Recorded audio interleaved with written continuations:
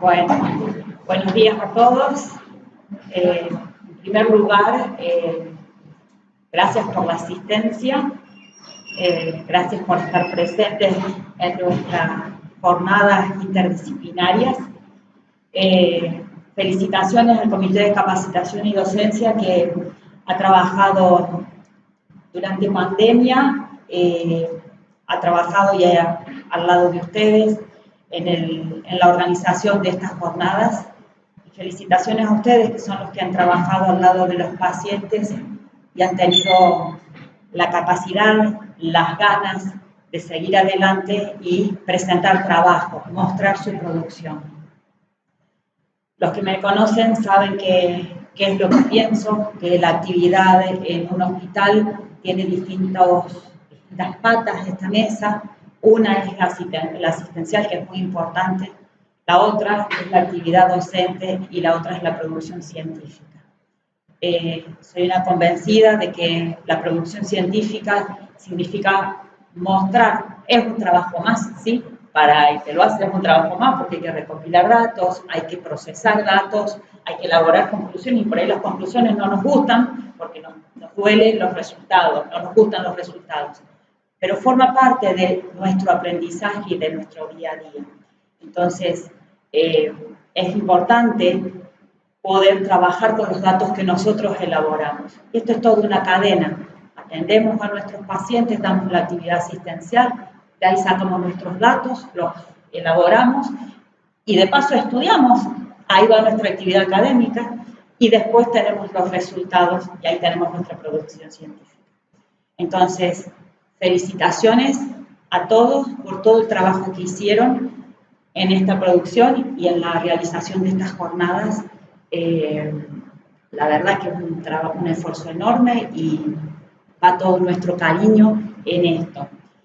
Y en alentarlos a que tienen que seguir en esta dirección, van en el camino correcto y así tiene que ser, tienen que seguir produciendo. La presencialidad ya se ha instalado, así que seguramente seguiremos viéndonos las caritas en distintas actividades que se hagan y, por qué no, ya ir pensando en las próximas jornadas del año que viene. Felicitaciones a todos, bienvenidos y muchos éxitos en las jornadas de hoy. Buenos días a todos. Vamos a dar inicio a la presentación de los póster. Va a abrir estas jornadas el servicio de enfermería. El título del trabajo es Actuaciones de enfermería en pacientes pre- y postquirúrgicos y los autores son el licenciado Córdoba y el licenciado Pedernera Alejandro. El expositor es el licenciado Pedernera Alejandro. Lo dejo con él. Buen día. Bueno, quería agradecer al comité por el espacio, por esta posibilidad, por todo lo que genera. Agradecer a Supervisión de Enfermería que a partir de la iniciativa de los servicios, la capacitación de servicio, se montó y se generó, se tuvo la idea de presentar un póster en base a esa primera capacitación del servicio. Se lo planteó en base a las actuaciones que realiza enfermería, las intervenciones que realiza enfermería en el servicio de cirugía, en el paciente en dos etapas, prequirúrgico y postquirúrgico. Bueno, el paciente quirúrgico es una persona que se somete a una intervención quirúrgica que implica la apertura deliberada o planeada de las estructuras anatómicas, con el fin de detener un proceso patológico, aliviarlo o eliminarlo. Dentro de las actuaciones que realiza enfermería en la etapa prequirúrgica, es fundamental el control de signos vitales. Te da los parámetros, los indicios de cómo está el paciente, si hay algo alterado, si puede haber alguna complicación. La vía periférica permeable siempre es fundamental. El acceso venoso es fundamental para lo que sea medicación, analgesia o generalmente se hacen unas dosis de ataques de antibióticos previo a la cirugía. Bueno, facilitar las pruebas diagnósticas, lo que son diagnósticos por imágenes, las eco, las rayos, todo eso, una dieta indicada, higiene corporal adecuada, promover una rápida adaptación emocional, se habla con el paciente, se lo trata de hacer sentir seguro de que el procedimiento, de que uno tiene la seguridad del procedimiento que realiza, porque la mayoría son pacientes que están lúcidos, se observan todos los movimientos. Bueno, el rasurado en la zona quirúrgica de ser necesario, quitar elementos personales antes de ingresar al quirófano, igual que ir al baño previo al quirófano también. Notificar al médico si se observan signos, síntomas, es importante la observación en enfermería siempre. Y bueno, la historia clínica, la documentación correcta, que sea todo del mismo paciente. En un momento se pensó esto en, ¿cómo sería? Visualizar todas las acciones que hace enfermería. ¿Por qué? Porque por ahí uno las hace de taco, de memoria, sale por una inercia y no se da cuenta, detallándolo, qué es bien lo que hace. En cambio, cuando vos empezás a detallar, se ve reflejado y decir, todo esto hago, y falta nomás, sino que hay que condensarlo un poco en el póster. Hay que tomar en cuenta que enfermería son las 24 horas del día, permanentemente con el paciente, y se monta todo un proceso de atención en base al paciente. Bueno, la etapa postquirúrgica, control de signos vitales, hay que ver si va a venir con hipotermia el paciente, valorar el nivel de conciencia, la función respiratoria, cardiocirculatoria. Bueno, la regulación de temperatura viene con hipotermia, generalmente el paciente. La vía periférica es fundamental para que empiece con toda la batería de antibióticos, de analgesia, todo el paciente. El acceso venoso siempre es fundamental. Hay que valorar la herida quirúrgica, hay que revisar si tiene drenaje, los apósitos, si necesita faja abdominal, si no lo necesita.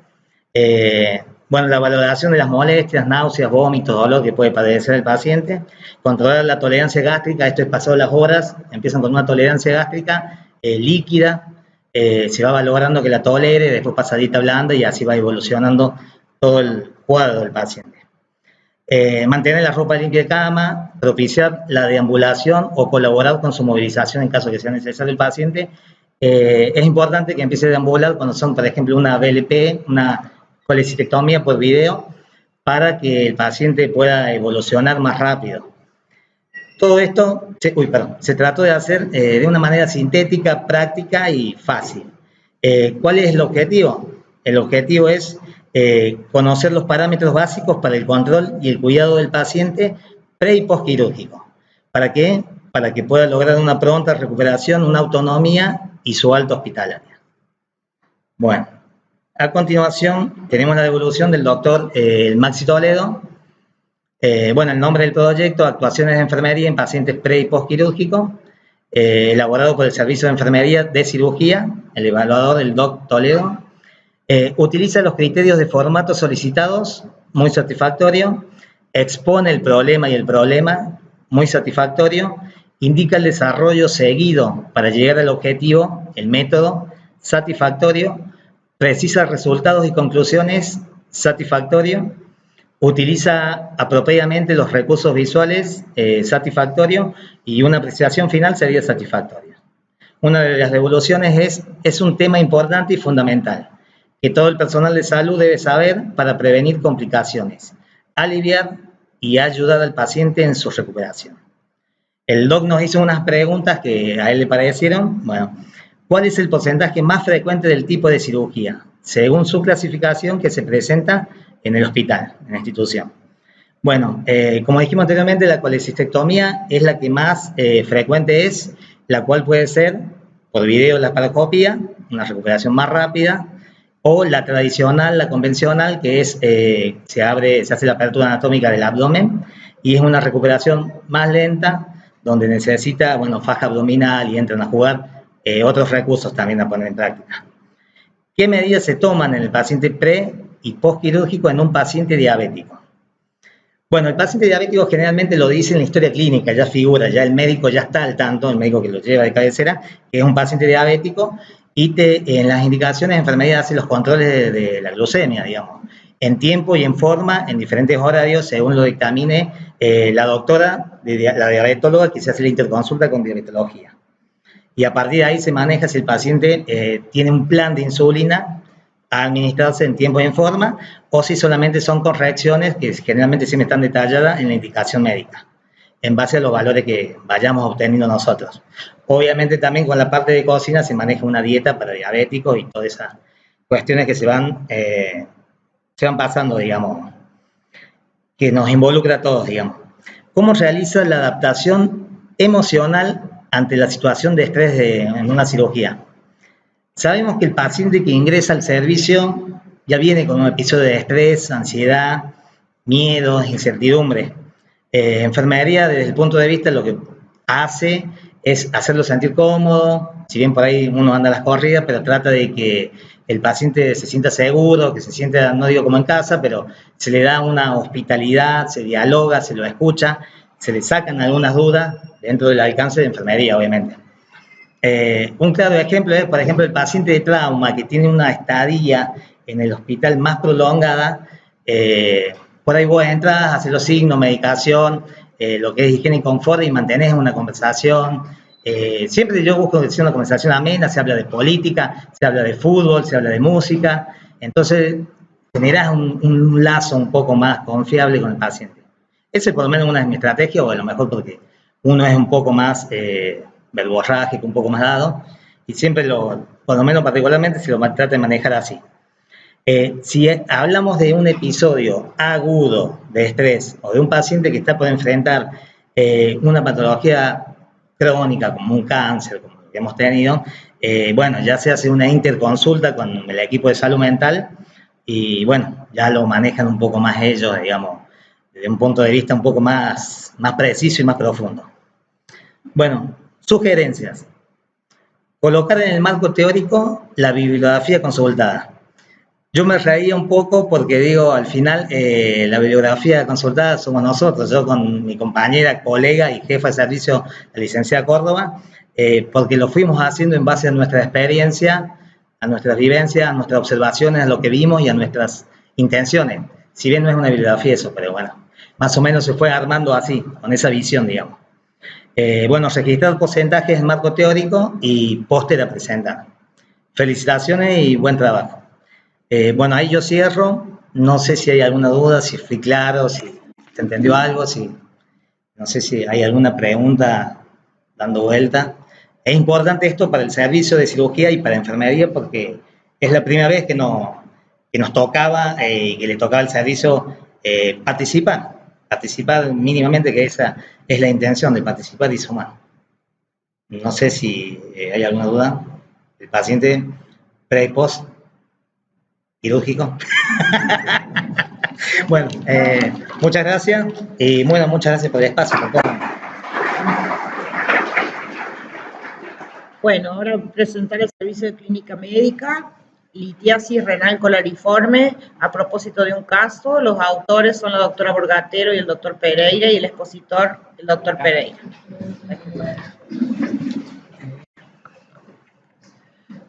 Bueno, les presento un caso de una paciente que primero había recibido a la doctora Zaguirre por su consultorio. Una mujer de 42 años que tenía como antecedente solamente episodios de cólicos renales por los que había consultado en otras oportunidades y amenorrea de 1 año de evolución.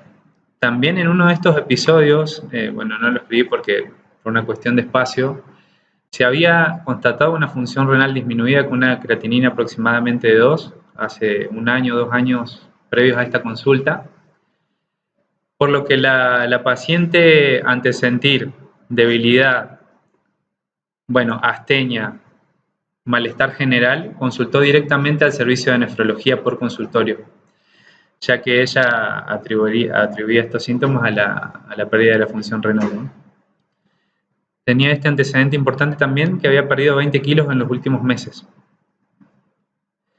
La doctora en ese primer examen, bueno, constata una piel con tinte terroso, con muchas lesiones de rascado y síntomas de inflamación urinaria, ¿no? Puntos renolaterales superior y medio derecho positivos. El resto del examen normal, sin muchas particularidades. Ella, por consultorio, le realiza un laboratorio en el que se constata una creati de 6.6, urea de 1.79, hemoglobina de 7.1, es decir, una anemia importante, hipocalemia leve, una acidosis metabólica e hiperuricemia. En ese momento se decide la internación del servicio de clínica médica. Entre los diagnósticos diferenciales, bueno, eran varios, pero al continuar con el estudio de la paciente, con los estudios por imágenes, se constata esa imagen que se ve arriba, la imagen de la piel otaque es de la paciente. Se constata una litiasis coraliforme bilateral con marcada disminución de la corteza renal y dilatación de los cálices. Bueno, en esta imagen se observa justamente la litiasis coraliforme que ocupa ambas pelvis renales. Y acá a la derecha, esta imagen no es de la paciente, pero es un ejemplo de lo que es una litiasis coraliforme. Ahí se observa que ocupa toda la anatomía de los cálices y la pelvis renal y la primera parte del uréter. A ver cómo salgo de acá. Bueno, el diagnóstico que se hizo en esta paciente es de enfermedad renal crónica estadio 5, estadio terminal, secundaria a nefritis túbulo-intersticial crónica, secundaria a una uropatía obstructiva por litiasis coraliforme bilateral, más infección urinaria. Bueno, la paciente en ese momento empieza con hemodiálisis, con terapia de sustitución renal, ya que no tenía posibilidad de recuperar la función renal. La litiasis renal es una patología muy prevalente en la población. Aproximadamente el 5 al 12% de las personas pueden tener una litiasis renal. Esto quiere decir que cada 100 personas, 12 cada 1.100 personas, es una prevalencia muy alta. Es mayor en hombres que en mujeres, de 2 a 3 hombres por cada mujer.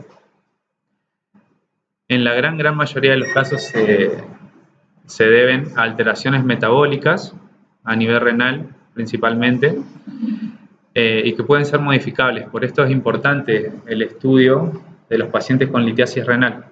Bueno, por ejemplo, en este caso esta paciente había tenido algunos episodios de cólicos renales, no tuvo un diagnóstico oportuno de su litiasis, hubiera tenido posibilidades seguramente de hacer algún tratamiento que previniera esta evolución a la enfermedad renal crónica estadio 5, ¿no? El 80% de los pacientes que tienen litiasis renal tienen recurrencia de la patología.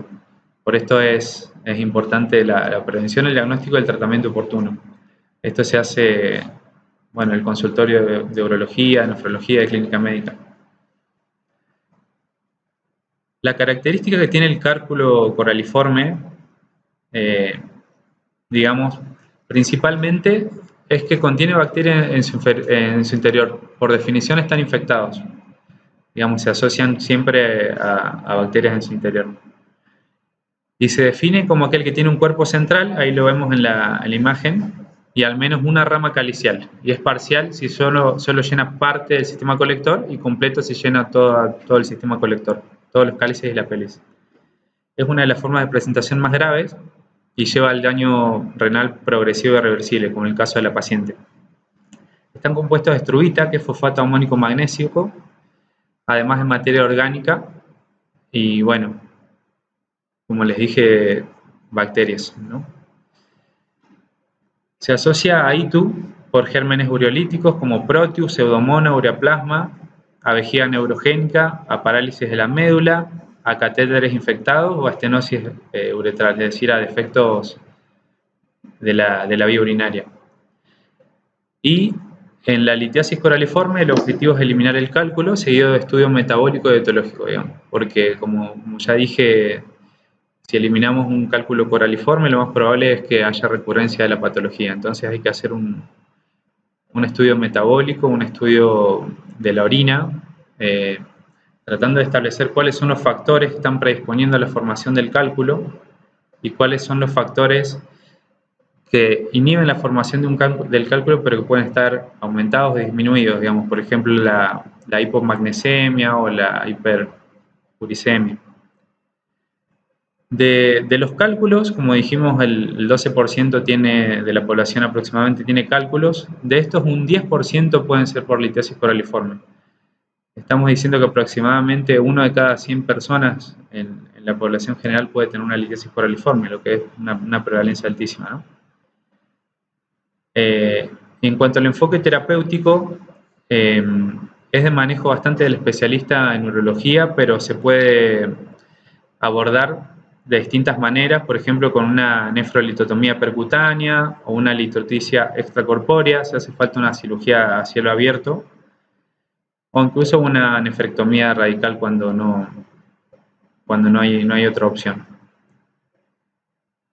Así que, bueno, en este caso esta paciente está en diálisis, en hemodiálisis crónica, y la única opción de recuperar función renal es un trasplante, ¿no? Así que bueno, vamos a seguir. Es la primera vez que veo esto. Vamos a ver qué dice. Lo evaluó el doctor Rodríguez. Está muy satisfecho con respecto a que usamos los criterios solicitados del formato, a cómo exponemos el tema, satisfactorio el desarrollo, en el precisar resultados y conclusiones. Después dice, utiliza apropiadamente recursos visuales, el póster refleja un resumen de las fundamentaciones, simple, claro y conciso. La verdad que eso era uno de mis objetivos al hacer el póster, porque había como mucha información para poner, pero traté de poner lo más importante. Y como apreciación final dice, al presentar el caso se observa una buena articulación y fundamentación teórica. Es muy interesante el trabajo por ser una patología poco frecuente, además una patología que de no ser tratada efectivamente lleva al daño renal progresivo e irreversible, con consecuencias que pueden ser letales. Y en el interrogatorio dice cómo se forman los cálculos coraliformes y cuáles son las principales prevalencias que inciden en esta patología. Bueno, como he dicho un poquito, los cálculos coraliformes están formados por estruvita y se forman cuando están dadas ciertas condiciones. Hay un desbalance entre los factores que predisponen la formación del cálculo y una disminución de los factores que la retrasan o la inhiben. Y es muy importante en la patogenia el tema de las infecciones urinarias por estos gérmenes que son ureolíticos que predisponen a la formación del cálculo. ¿Y cuáles son las principales prevalencias que inciden en esta patología? No entiendo bien a qué se refiere con las principales prevalencias que inciden. Como ya dije, la prevalencia de la patología es que aproximadamente uno de cada 100 personas puede tener una litiasis coraliforme. No sé a qué otra se refiere, al tipo de prevalencia que incide. Como dijimos, una de cada 100 personas, o de 5 a 10 de cada 100 personas puede tener una litiasis, y de estas el 10% puede ser por una litiasis coraliforme. Después le mando un mensaje a ver, que la verdad no entiendo mucho esa pregunta. Conclusión, buena articulación entre el marco teórico y la presentación, manejo del lenguaje, felicitaciones. Bueno, muchas gracias.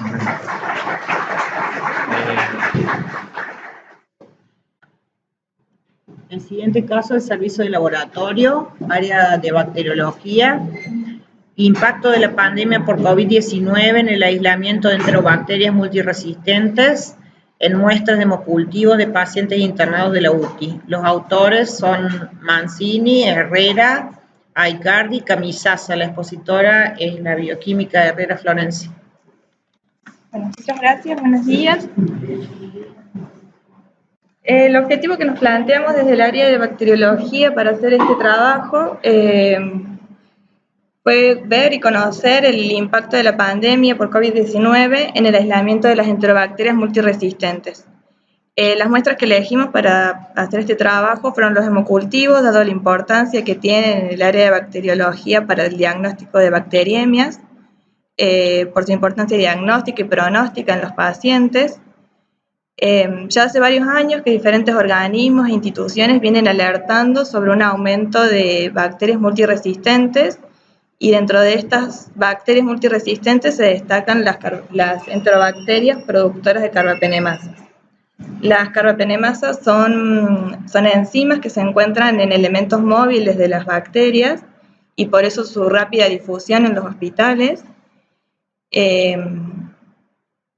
Las carbapenemasas tienen la característica de producir resistencia a toda una familia de antibióticos que son los betalactámicos. Producen resistencia desde cefalosporinas de primera generación hasta carbapenemes, y además van acompañados de resistencia a otras familias de antibióticos. Por eso su dificultad a la hora del tratamiento. Durante estos años de pandemia se aumentaron las alertas por estas bacterias multiresistentes y, por ejemplo, a principios del año 2021 el Instituto Malbrán publica una alerta epidemiológica sobre el aumento de enterobacterias con dobles productoras de carbapenemasa. Bueno, entonces para hacer este trabajo tomamos los registros del área de bacteriología, de los hemocultivos que se procesaron en el área, de los pacientes internados en terapia intensiva, durante los años 2019, que fue prepandemia, y los años 2020 y 2021, que fueron años afectados por la pandemia. De estos datos, obtuvimos el gráfico número 1, que se observa en el número de hemocultivos procesados en cada uno de estos años. No sé si se ve con la lupita.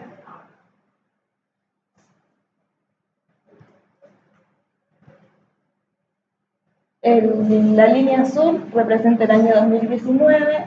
El pico se observa en la época invernal y los años 2020 y 2021 están representados por la línea roja y la línea gris, y los picos coinciden con los picos de la pandemia, donde el hospital estuvo más afectado. Y para volver con...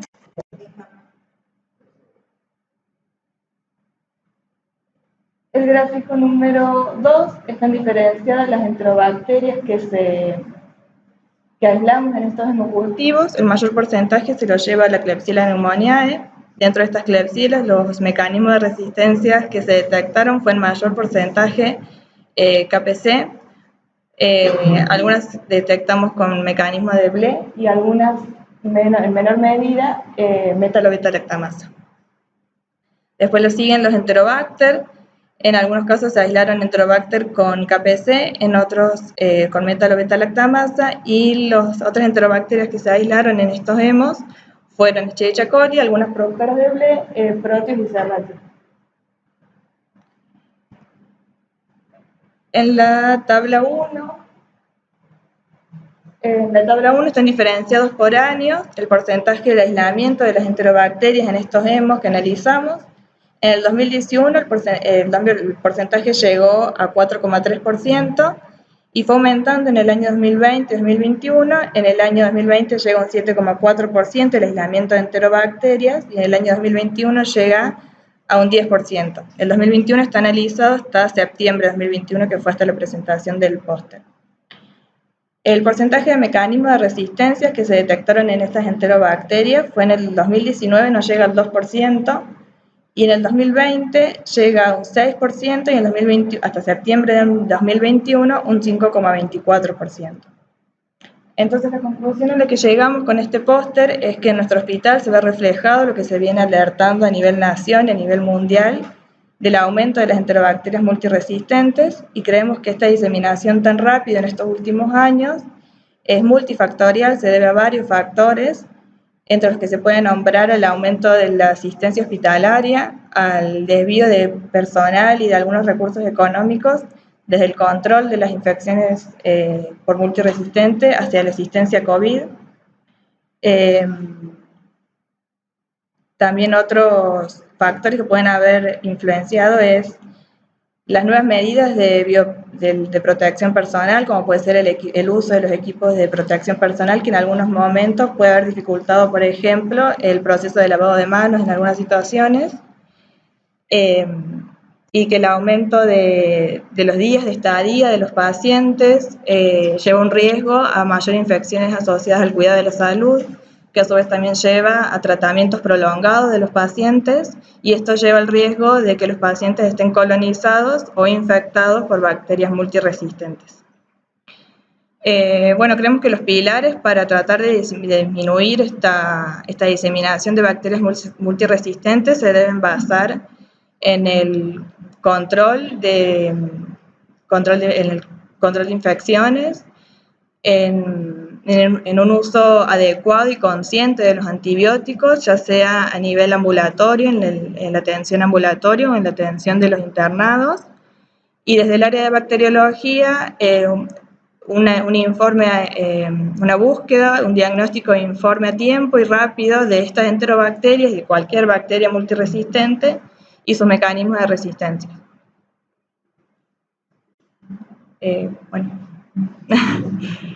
Este trabajo está hecho con hemocultivos, pero hemos visto este aumento en otros tipos de muestras, en urocultivos, en aspirados traqueales, y está hecho solamente en pacientes de UTI, pero hemos visto también la misma evolución en otras áreas del hospital, no solamente en terapia. Esta es la evaluación.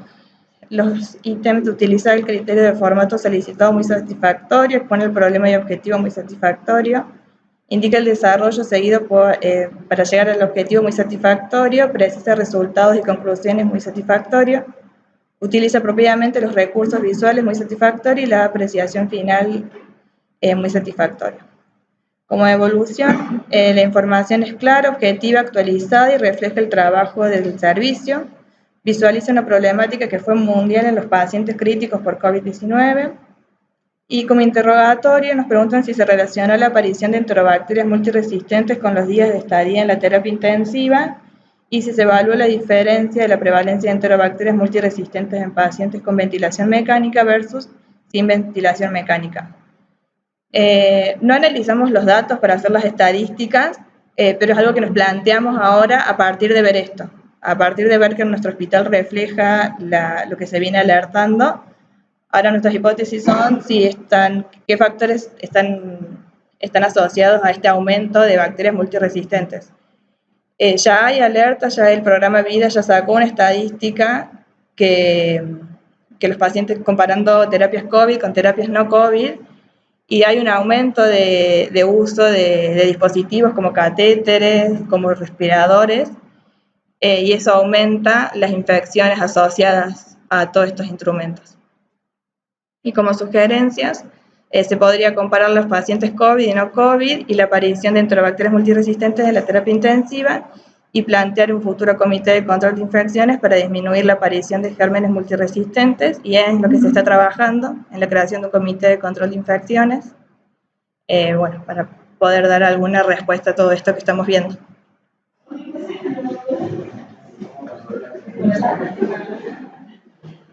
Ahora va a presentar el servicio de neonatología, ano imperforado a propósito de un caso. El autor y expositor es el doctor Leiría Esteban. Hola, buen día.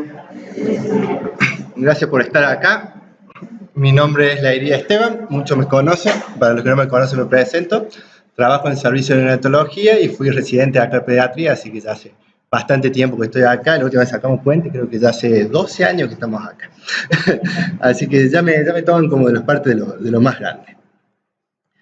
Bueno, este es un caso, a ver, les comento, este de parte de un paciente que recibí yo, que recibimos, digamos, la guardia y nos llaman a la madrugada, más o menos como a la 1:30 de la madrugada nos llaman, un trabajo de parto que van a hacer el bebé, y bueno, y ahí nos encontramos con este caso, ¿bien? Es un paciente de sexo masculino que nace el día 27 del 2/21 a las 1:38 horas, por día vaginal. El peso de nacimiento pesó 3,2 kg, midió 51 centímetros, el perímetro cefálico 34, la edad gestacional 38 semanas. De acuerdo al score de Asger, fue 8,9, serología negativa del 11/2 y fue un embarazo no controlado. Es un recién nacido término adecuado para la edad gestacional. Durante el examen físico de rutina, nosotros generalmente siempre que recibimos a un bebé le hacemos un examen físico de rutina. Los observamos desde arriba hasta abajo, lo primero que hacemos es posicionarlo, ver que te respiras, hacemos el score de Apgar, digamos, cuando están, lo vamos secando, lo posicionamos y lo que hacemos es ponemos la sonda nasogástrica, cosa de ver que no haya que el esófago esté permeable, y hacemos el tema del si no hay algo para nada. Entonces pasamos la sonda por el ano. Entonces yo hago así, abro y dije, ¿qué pasó? Levanto así, no vi nada. Acá como en la foto esta, para que retrocede, aquí está. En la foto, si no ve esta justo no es el paciente, pero es así como se vio. Realmente yo levanté para poner y digo, no está. Y no se ve, o sea, no se vio en ningún momento el ano y bien, se ve bien el rafre en todo. Por ahí, una vez un vestigio, por ahí se sabe ver un punto, se ve algo, o se ve una impronta que está un ano de algún lado o algo, y en este caso no se veía absolutamente nada. De punta a punta no se vio absolutamente nada en este caso. Los antecedentes personales de la madre: es una madre de 35 años, gesta 4 para 4, embarazo no controlado. Refiere a un antecedente de tomar cerveza y fumar marihuana durante el embarazo. El bebé ingresa a unidad de terapia intensiva neonatal, donde empieza con una leve taquipnea. Se le coloca en incubadora con halo cefálico con una fibra del 40%. Se le coloca una sonda nasogástrica, la venocrisis, obviamente en reposo gástrico para no alimentarlo. Se solicita un laboratorio de rutina que es normal, y en la radiografía de tórax hay un leve infiltrado intersticial, que ese generalmente los recién nacidos se sabe ver, y cuando hay esta pequeña dificultad respiratoria lo que vemos. Que a su vez la parte de oxígeno estuvo 2 horas, que realmente fue una absorción demorada, y después ya cuando lo derivaron directamente fue sin oxígeno. Es derivado ya a las 13 horas a un centro de mayor complejidad, que fue la maternidad provincial. Las malformaciones anorrectales, que se llaman MAR, es una de las malformaciones congénitas más frecuentes, una cada 1.500 a 3.000 nacidos vivos. Se origina en la interrupción del desarrollo caudal del embrión en las primeras semanas de vida. Su agente teratogénico aún es desconocido. Se habla o se dice que a lo mejor puede ser el tema de drogas, a lo mejor el tabaco, fumar, pero la realidad es que no saben. Podemos echar alguna culpa de eso y buscar algún antecedente, pero la realidad es que uno no la conoce. Bien. Los tipos de malformaciones anorrectales, se han propuesto varias clasificaciones de las malformaciones anorrectales. La más difundida por Winsprint es en 1984, que la separa en altas, intermedias y bajas. Eso de acuerdo a la línea de sacro, la realidad es si es baja, intermedia o alta, que realmente para la función, digamos, no nos sirve, digamos, esa clasificación, porque de acuerdo a esa clasificación no es la terapéutica que pueden dar mejor. Entonces se ha cambiado esa clasificación, y la que se está usando es la clasificación de Peña, que describe con claridad todas las variantes observadas y orienta las estrategias del tratamiento. A ver si podemos agrandarla más esta. Ahí se puede ver más o menos. Si no está el póster allá, las fotos están espectaculares. Bien, voy a tratar de explicar un poco. Bien, este sería el sexo masculino y este sería el de sexo femenino. Bien, y generalmente la más común por ahí que se ve es la fístula cutánea. Acá es donde tendría que estar el ano, y se ve esa fístula que aparece en este lado. Bien, que es una dentro de estas malformaciones anorrectales, la más común es esa. Y generalmente por ahí ven que cuando lo revisan al bebé ven que sale un poquito de meconio arriba, digamos, esa parte, que generalmente saben ser las que más se ven.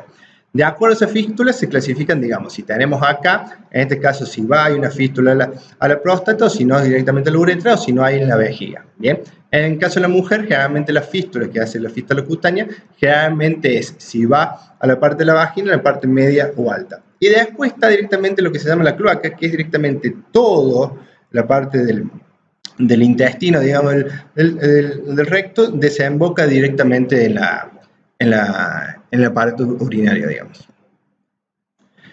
Conclusión del caso: en la maternidad nacional se realizó una ecografía abdominal que fue normal, se hace el inventograma, que es esas 2 radiografías que están abajo, bolsa rectal a más de 1 centímetro del ano testigo, no se presencia meconio en orina. El día 1 del 3 se realiza la cirugía de colostomía sigmoidea, con cabos distorsionados, con una buena evolución postquirúrgica. Los siguientes días se fue progresando la alimentación, y el 11 del 3, una alta hospitalera con seguimiento por consultorio externos de cirugía y clínica.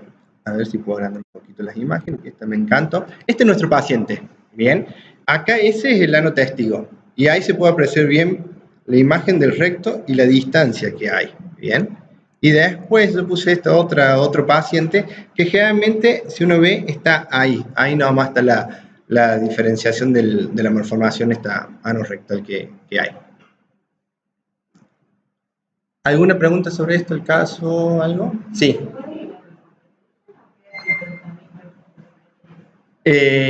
Hay diferentes técnicas quirúrgicas, que se te lo habla el cirujano, y generalmente siempre es lo que se hace la reconstitución. Bien. Es importante el tema de la reconstitución o del abordaje, lo que habla mucho, es hacer el diagnóstico correcto. Bien. El diagnóstico correcto es ver qué tipo de malformación tenemos. Bien. De acuerdo a este tipo de malformación es la cirugía que uno va a tener. Bien. La gran mayoría son es la cutánea, digamos, mucosa, que esa generalmente es una cirugía fácil de hacer, dicen ellos, digamos, los cirujanos que saben, que hacen un corte, lo llevan al ano adusto, buscan las fibras estriadas, digamos, del ano, bien, a donde están, las llevan hacia ese y lo perforan, bien, y ahí hacen la reconstitución de la parte de ano, bien. En el caso justo de este paciente, bien, cuando es alta, lo que se hace la reconstitución es un tercer o cuarto paso, generalmente cuando son más grandes, bien. Entonces se dejan los cabos, digamos, y después se hace bien, detalladamente cómo es la anatomía, si hay algo, y recién, generalmente entre los 2, 3, 4 años, se trata de hacer una reconstitución del ano, bien. Generalmente cuando son estas fístulas anos rectales, hay casos descritos varios, hay una publicación de la Sociedad Argentina de Pediatría de unos 500 casos más o menos, recopilación de unos 10 años, y que no hay casos que, por ejemplo, pacientes con 10 años, 12 o 15 años se hizo recién el diagnóstico, para que tengan una idea de esos casos, ¿bien? Y después ahí generalmente se hizo la cirugía de eso. Pero sí, se reconstituyen. Y generalmente por ahí las fisuras por ahí ano, que por ahí no son tanto, un solo caso me tocó a mí que parecía un ano que era más que todo elevado, que realmente no es una fisura, sino el ano está unido en el rafle generalmente con el testículo y con la vagina, ¿bien? Que eso no le terminan de hacer un diagnóstico de si realmente, digamos, es, digamos, acá que está unido, si no está corrido en eso.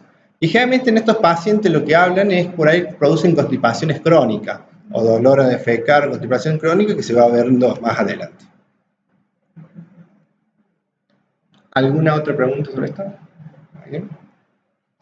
Vamos a ver las conclusiones que no le he leído. Bueno, el proyecto muy satisfactorio, devolución e integración. El contenido es claro y conciso, interrogatorio. ¿Qué otra patología puede asociarse a esta patología? Generalmente por ahí todo lo que es malformaciones, bien, todo lo que está relacionado a malformaciones, siempre uno busca que no esté ninguna otra malformación asociada.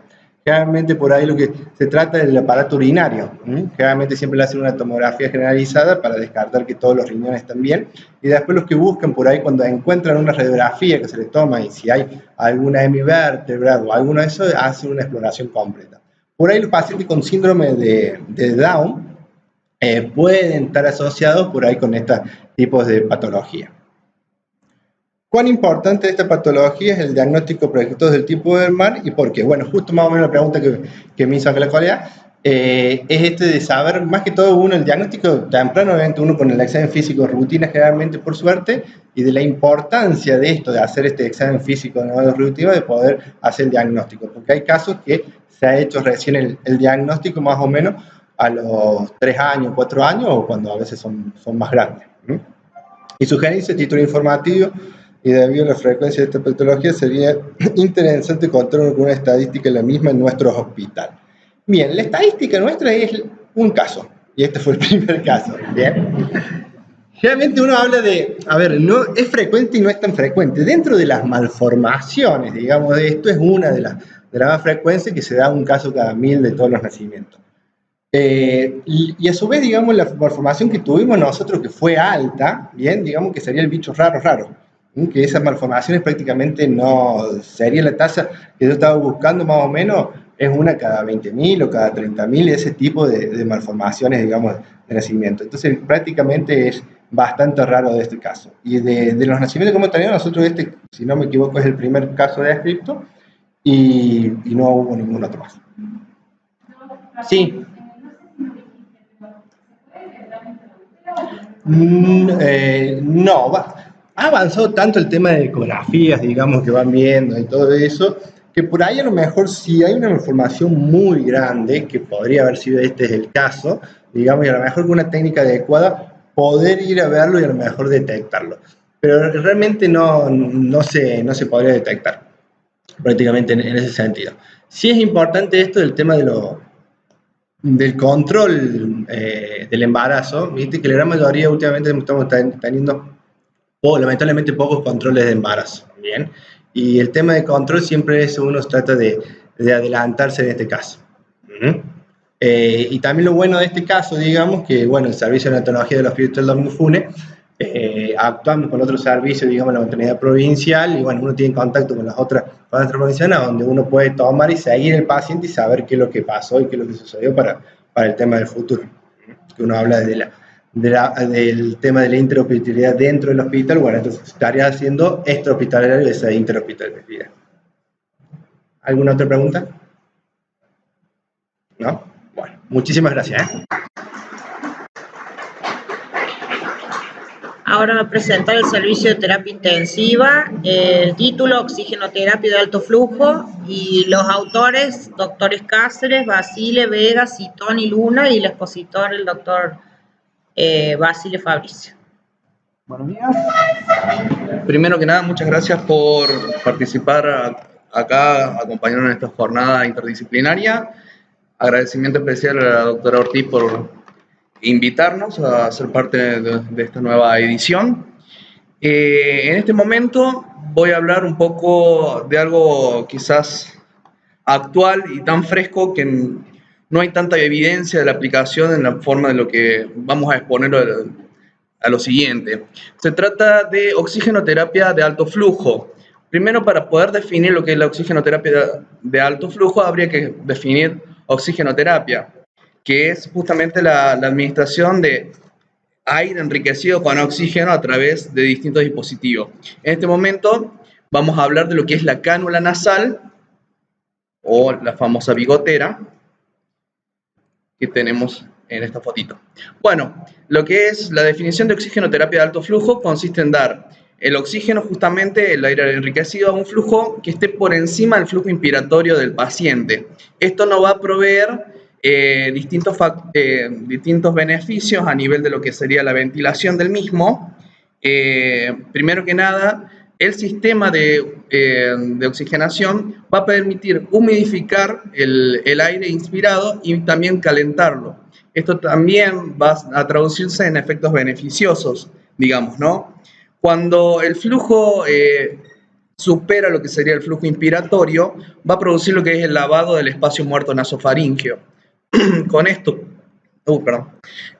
vamos a poder mejorar lo que serían las distintas fracciones de los gases alveolares, facilitando la oxigenación y pudiendo mejorar teóricamente, vamos a poner entre comillas, lo que sería la eliminación del dióxido de carbono.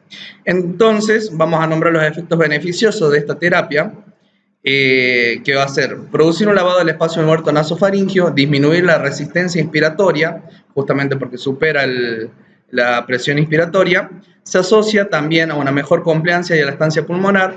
Esto es en base a lo que es el aire humidificado y caliente a temperatura corporal, llega incluso hasta 40 grados. También reduce el trabajo metabólico necesario para calentar y humidificar el aire inspirado y produce un efecto CPAP. ¿Cómo es esto del efecto CPAP? El CPAP significa presión positiva en las vías aéreas.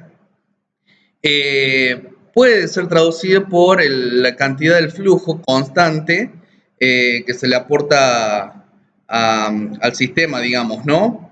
Me olvidaba decir justamente que el alto flujo podemos determinar con exactitud cuál va a ser la fracción inspirada de oxígeno, ya que no va a estar en combinación con el resto del aire ambiente, digamos, ¿no? Por ejemplo, si nosotros seteamos un afío del 70%, sabemos con exactitud que va a manejar esa fracción de inspiración, que próximamente lo vamos a poder utilizar en distintas fórmulas que nos van a permitir establecer la evolución del mismo, ¿no? Las indicaciones, la indicación del uso del oxígeno de alto flujo va a ser en un tipo de insuficiencia respiratoria, el tipo 1, en el cual predomina la hipoxemia. Acá hay que destacar que la insuficiencia respiratoria tipo 2, que es a predominio de la hipercapnia, no estaría considerado útil, ya que no reduce los niveles de PCO2. Dijimos, en principio hay un teórico uso de la disminución de la PCO2, pero no lo disminuye en la práctica. El modo de empleo Bueno, cabe destacar que en esta disertación rápida, cortita y concisa, no nos vamos a detener en lo que va a ser el armado del equipo, ni cómo colocar los elementos. Esto es una charla totalmente distinta. Vamos a hablar principalmente del uso. Cuando tenemos directamente el paciente, se presenta con una hipoxemia, digamos, el paciente se va a encontrar disneico, y este elemento, este tipo de terapia nos va a permitir, no es una alternativa a lo que sería la ventilación mecánica, no debe ser considerado como una alternativa, pero nos permite funcionar a manera de puente. Cuando el paciente falla en los métodos más básicos, digamos una cánula nasal o bigotera, digamos, hasta 5 litros, y el paciente aún así se encuentra disneico, taquipneico, se puede probar, digamos, el uso de la cánula nasal de alto flujo para proveerle el oxígeno que el mismo cuerpo está pidiendo. Recordemos, vamos a hacer un paréntesis en parte de lo que sería la fisiopatogenia del COVID, que es donde nosotros utilizamos esta metodología. Primero, el paciente se presenta hipoxémico, él no se da cuenta, el organismo reacciona aumentando el volumen torácico para que ingrese más volumen inspiratorio. Con ello las presiones negativas torácicas disminuyen, son aún más negativas. Con ello hay aumento del edema y produce todo lo que es la cascada inflamatoria, digamos, ¿no? Con aumento del peso pulmonar. Eso yo lo había explicado en la jornada anterior del año pasado, que era lo que, como dividíamos un fenotipo L de un fenotipo H. Bueno, nosotros al aportar la oxigenoterapia de alto flujo vamos a disminuir la necesidad de oxígeno que va a poseer el paciente, tratando de interrumpir lo que sería el desencadenamiento o la historia natural de la enfermedad, digamos, ¿no? Nosotros vuelvo al tema, vamos a encontrarnos frente al paciente que está hipoxémico, que no estaría respondiendo a una cánula nasal, no estaría respondiendo a una máscara con reservorio. Bueno, aplicamos la oxigenoterapia, conectamos el aparato, vamos a empezar con un flujo aproximadamente entre 40 a 50 litros por minuto y una FIO de 50 a 60%, digamos, ¿no? Y ahí inmediatamente vamos a aplicar lo que se llama índice de ROX, que nos va a permitir establecer, estudiar si está respondiendo o no el paciente a esta terapia. El índice de ROX es sencillo, ahí lo vemos en pantalla. Tenemos la saturación que nos va a dar el monitor o el saturómetro, dividido la fracción inspirada de oxígeno, que es la FIO, en decimales, perdón, sobre lo que es la frecuencia respiratoria. Nosotros tenemos distintos valores, siendo el más llamativo, o sea, el punto de corte, 4,5. Si está por encima de 4,5, tenemos lo que sería un adecuado uso, o sea, con buena respuesta, y por debajo de 4,5 estamos hablando del fracaso del sistema. Es importante tener en cuenta esto porque si el sistema fracasa en algún momento, listo, no hay que seguir con esta terapia, hay que buscar inmediatamente lo que sería la ventilación mecánica asistida, porque está evolucionando mal el paciente. Vamos mal, digamos, ¿no? El ROX se va a tener en cuenta en distintos tiempos que nos va a permitir establecer una curva, digamos. Va a ser al inicio, a las 2 horas, a las 6 horas, a las 12 horas, como inicio de la terapia. Posteriormente, se va a ir controlando cada 24 horas y si se produce o no algún tipo de evento.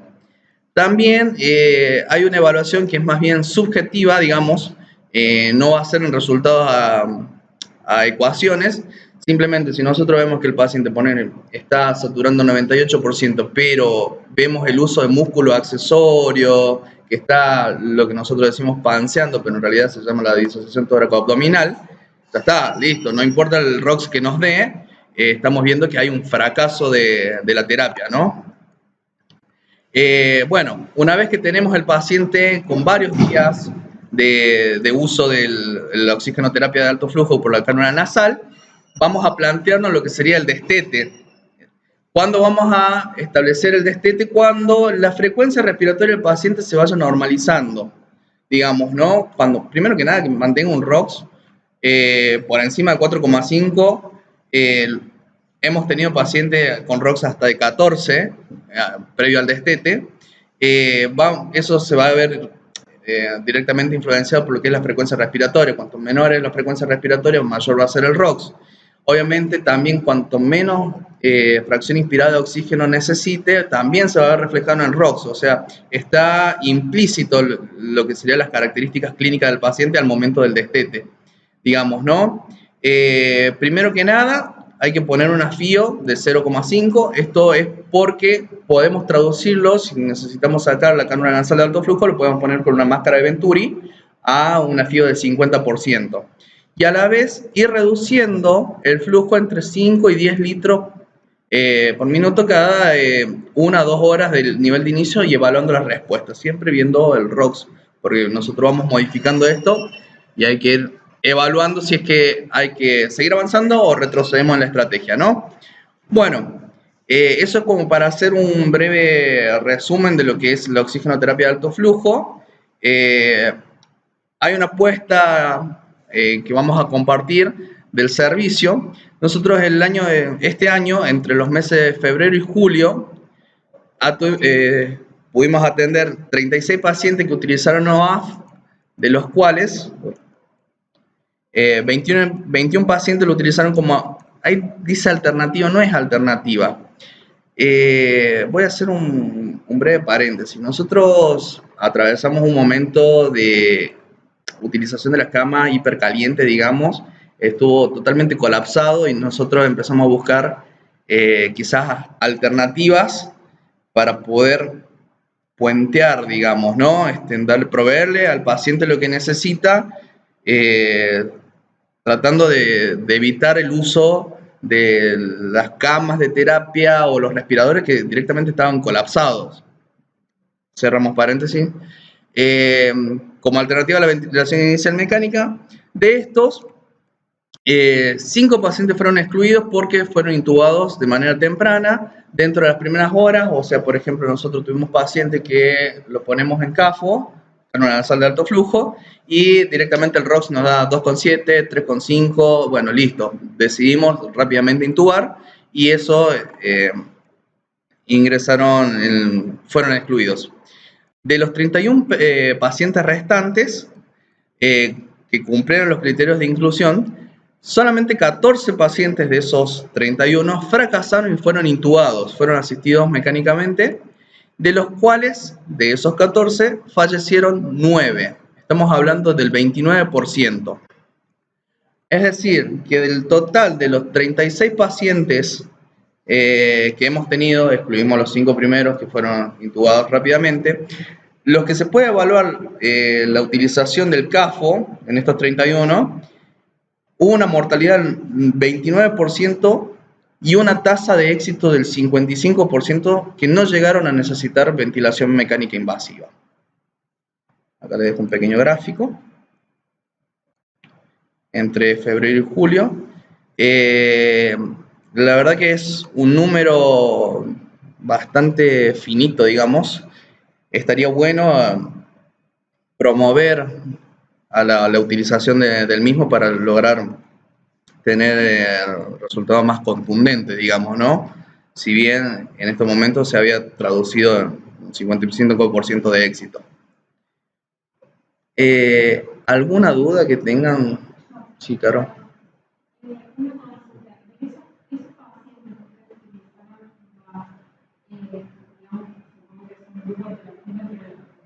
Pudo ver si los que tenían patología, o había alguna de esas personas que, como se dio muchas veces, pacientes que no tenían patología de base y tenían. Sí, en realidad es un grupo totalmente heterogéneo que, digamos, que cumple la misma el mismo desenvolvimiento del COVID, digamos, ¿no? Pacientes que ya tienen comorbilidades de base, hipertensos, cardiópatas obesos, renales, se van a complicar y son estos los pacientes que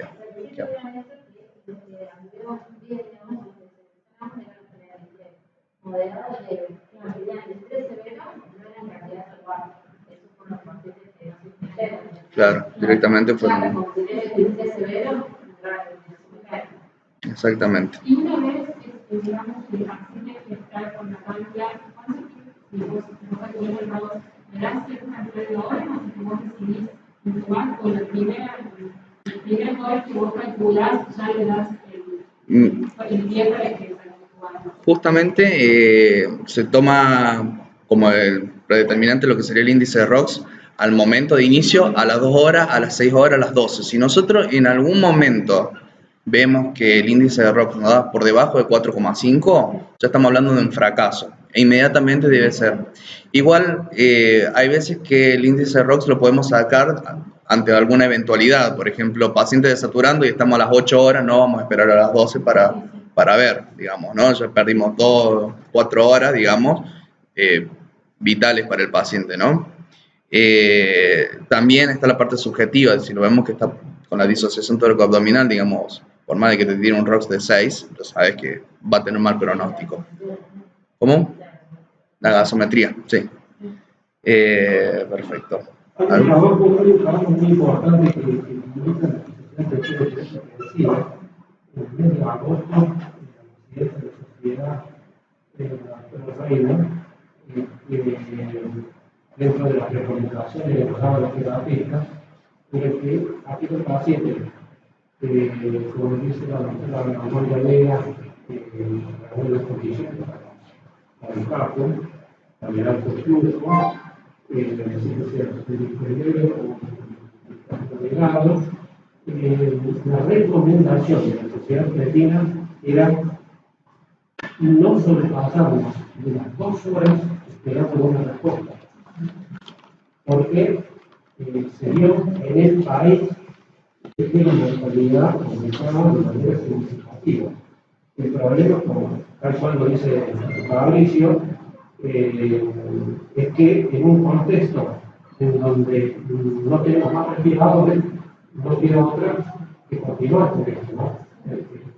Esto, a propósito de decir, bueno, los pandemias de pronto nos dejan a nosotros con ciertas experiencias, que después las condiciones estándar, las condiciones normales, después las podemos usar y tenemos que tener en cuenta entonces que fuera del proceso de pandemia, si nosotros usamos estos modos de tratamiento, no debería pasarnos, no deberíamos pasarnos de 2 horas, y si en 2 horas el paciente no mejoró, entonces procedemos inmediatamente a una resistencia respiratoria. Bien, muchas gracias. Que no está acá, pero otro uso que también estamos en la terapia fue con extubación. Por el paciente con extubación renal reorganada por COVID, los extubamos inmediatamente, más allá que no tengan mala mecánica, nada, con apoyo, con el peso ocupado y todo, también se usamos en parte de juicio. Sí, también se puede utilizar. Nosotros en la parte de pediatría, el uso de OMA, fue como un antes de la escuela. Digamos, nació la OMA y no, digamos, una palabra. Antes de la pandemia, nosotros tenemos muchos pacientes bronquiales, con ellos que los bronquialistas, los poníamos máscara, los condensadores y todo, ahora lo pasaban en la UCI, ahora se pone CIPA y después bajan a la terapia intensiva.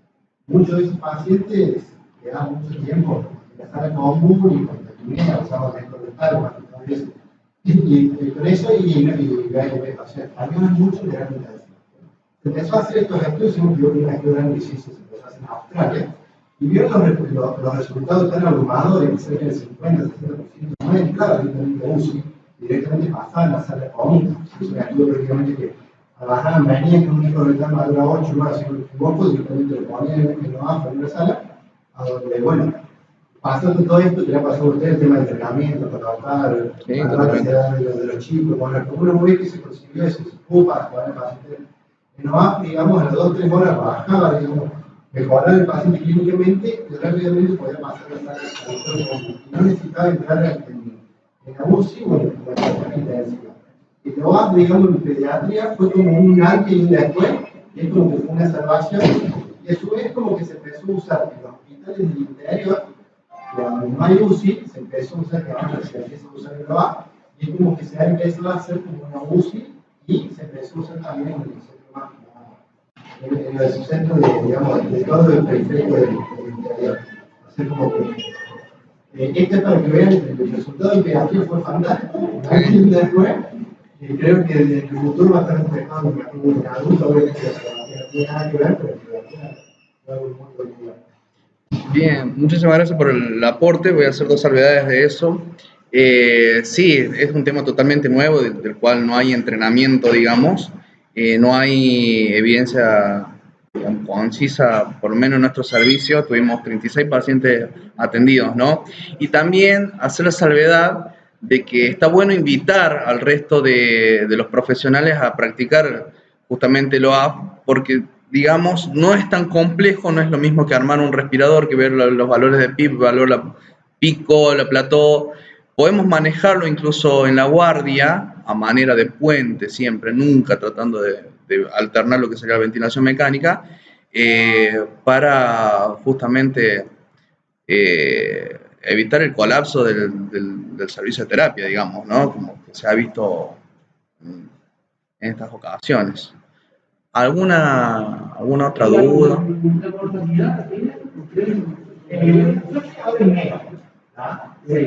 digamos, ellos tienen, y por ahí lo podemos buscar en los problemas que son de niños, que es el que hizo, el que trabajó con esto, que se ahora lo tienen, y ellos han bajado, cuando recién arrancó esto, que ya hablando hace 4 años, 5 años, fue antes de la pandemia, 4 años atrás cuando empezó a arrancar esto, vieron estos resultados en Australia, del otro lado, ahí no más rápido lo trajeron acá, hicieron un modelo ahí en el hospital de niños, donde ellos tenían un protocolo donde se le ponía, hicieron un guardia, digamos, a donde ahí se le pone el paciente, lo evalúan 2 horas, 3 horas, más o menos como está UCI, y de acuerdo de ahí se decidieron la normativa. Lo que hizo es que disminuyó la interacción, obviamente, de la UCI, terapia intensiva de hablar. Obviamente que como todo hay pacientes que van a una terapia muy importante, ustedes deben tener una insuficiencia respiratoria grave, ese paciente que también tenía que estar abajo y que pasar. Sí, totalmente, como nos ha pasado. Pero sí se puede buscar la estadística. Porque los números, de acuerdo a cómo uno los ve, uno puede sacar una conclusión si son buenos o malos, ¿no? Por ejemplo, decía Fabricio, uno dice que tiene un porcentaje de éxito, pacientes no, pero no creo que el 5%, que ella en el contexto de una pandemia es bueno. Pero fuera del contexto de la pandemia, puede decir casi 30% de mortalidad es malo, ¿no? Nosotros en la segunda ola, en el servicio, tuvimos 54 pacientes y la mortalidad de los pacientes en asistencia respiratoria mecánica en el país, cuando la sociedad que tiene terapia intensiva da los informes, iba de un rango del 30% al 50%. Ese es el rango intercuartilo. ¿Qué significa esto? Que en el país, Argentina, los mejores centros tenían una mortalidad del 30% y los peores centros tenían una mortalidad del 50% de los pacientes COVID en asistencia respiratoria mecánica invasiva, ¿no? Nosotros acá en la terapia, en ese caso, tuvimos una mortalidad del 38%. Quiere decir que no estuvimos mal, por eso les digo que es interesante lo que vos me decís, porque si ustedes dicen de que el 80% en COVID y en pandemia no entraba en nada, es un número interesante.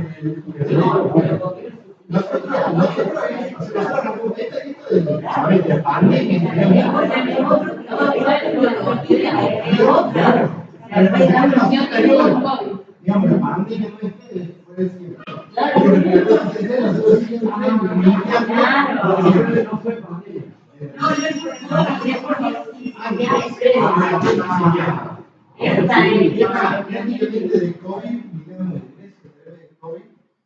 No sé bien cuáles son las estadísticas, pero sé que la terapia terapia del hospital de niños, entonces llevaba un pandemia que no estaba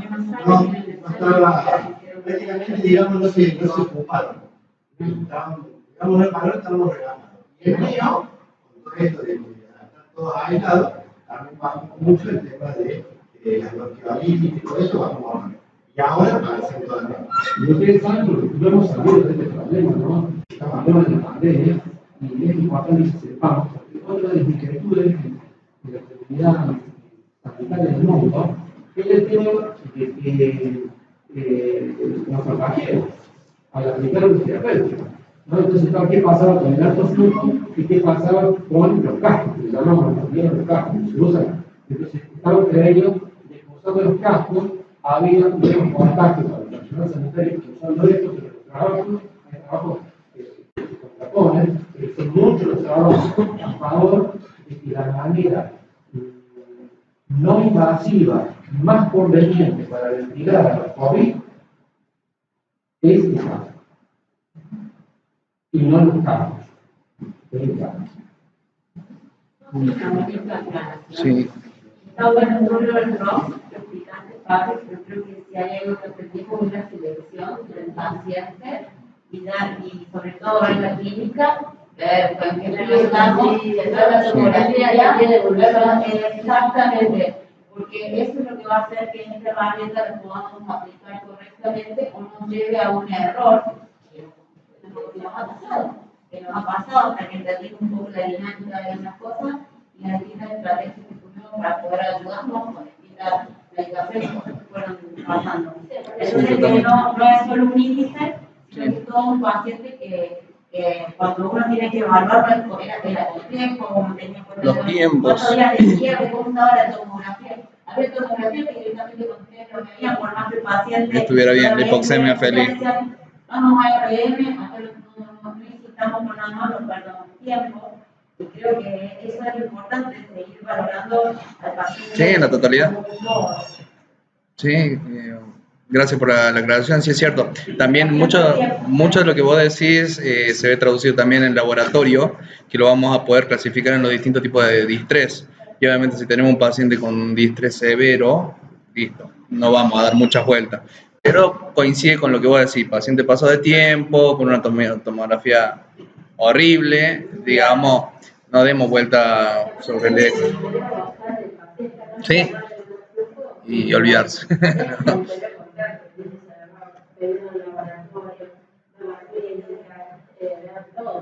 Sí. La mayoría de nosotros en la terapia, pero bueno, tuvimos La terapia. El hecho de aprender todo el trabajo de kinesiología, el trabajo de todo el equipo de trabajo de ingeniería, hay pacientes que ahora lo toleran muy bien, más forma de culto crónico, no se lo sacan en el momento, hay pacientes que por ahí no van bien los índices, pero pacientes muy colaboradores, se lo sacan en el momento. Bueno, el índice daba bien, pero uno veía que el paciente iba claro. Por el... Sí.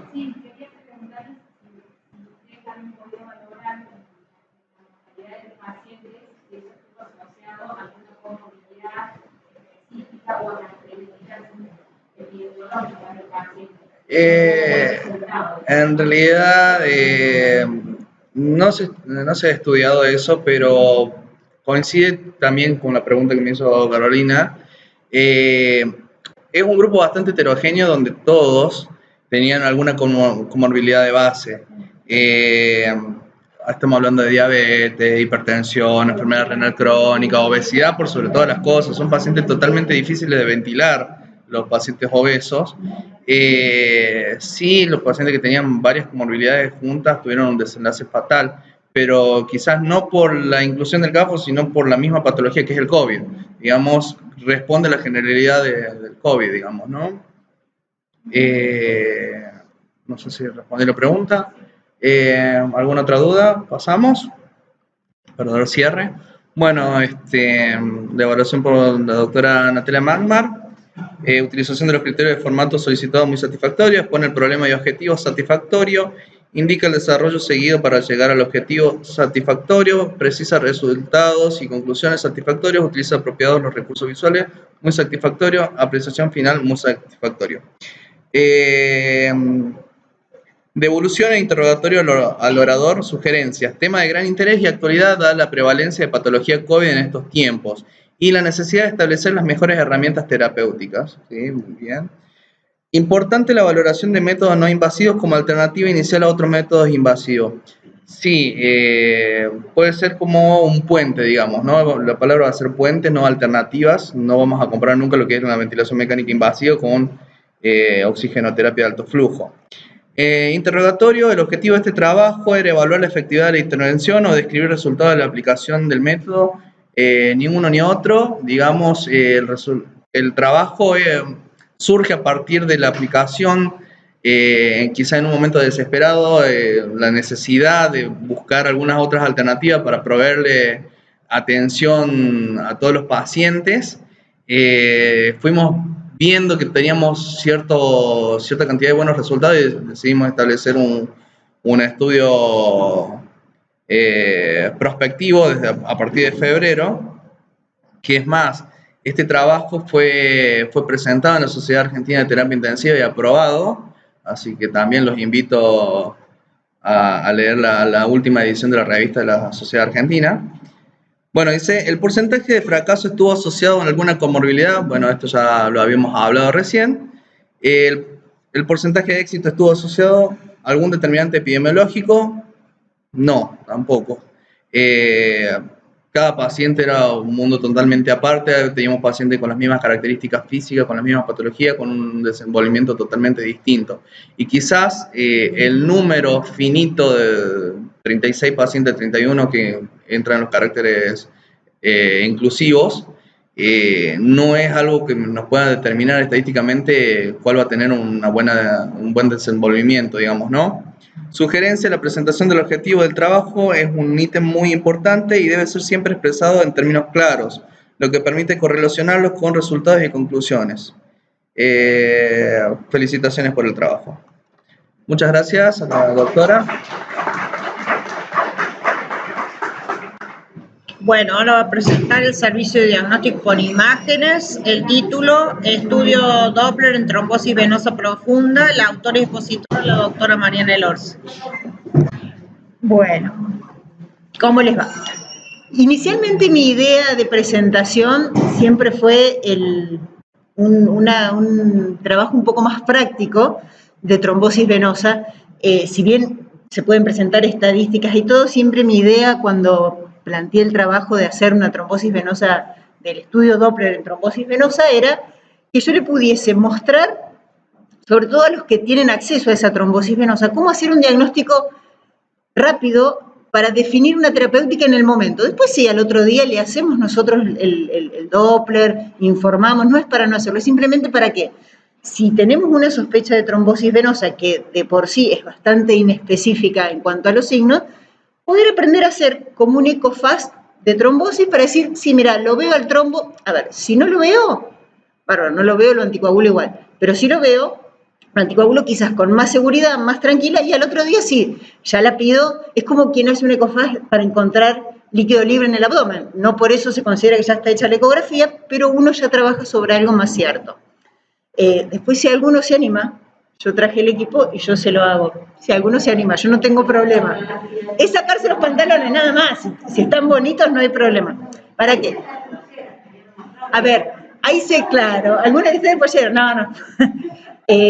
Hay servicios que cuentan, ni siquiera se necesita un Doppler inicialmente para un diagnóstico rápido. Con el modo B, con el blanco y negro, yo puedo determinar si veo o no el trombo, como para después decidirlo. Hay servicios que tienen ecodoppler, que tienen ecógrafos, entonces quizás si se animan, a ver, yo se los puedo mostrar ahora y después si quieren algún día hacemos algo un poco más amplio para que sea algo más que podamos aprender y hacer. Esto no los va a hacer ecografistas, no lo va a hacer ecodoppleristas, pero te da un arma más para saber que nunca sobra. Bueno, si quieren después vemos. Bueno, con respecto a la trombosis venosa y el ecodoppler. El ecodoppler es un método que tiene la ventaja de ser fácil de repetir, de no ser invasivo, de no ser perjudicial para la salud, no irradia, no produce ningún perjuicio, entonces lo podemos repetir las veces que sea necesario en el paciente y es un método que nos da, en cuanto a lo que es trombosis venosa de miembros inferiores, una sensibilidad casi del 100%, de un 98%, y una especificidad entre el 60 y el 80, dependiendo también de las manos de los operadores que lo realicen.